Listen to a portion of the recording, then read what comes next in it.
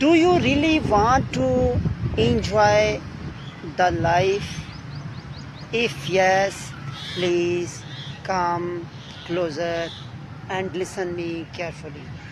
I know in our life there are two kinds of happening. One which we can little or complete control on these happenings. And the second, we don't have any control on that kind of happenings. So my suggestion here is let it go those kind of happening which we can't control, like weather, like traffic, like others opinion. Don't worry. Worry is like a paying debit which we don't owe. So free or save that kind of energy for your aims. So if you apply this secret into your life from today, and within the days you will enjoy every moment of your life. Thank you.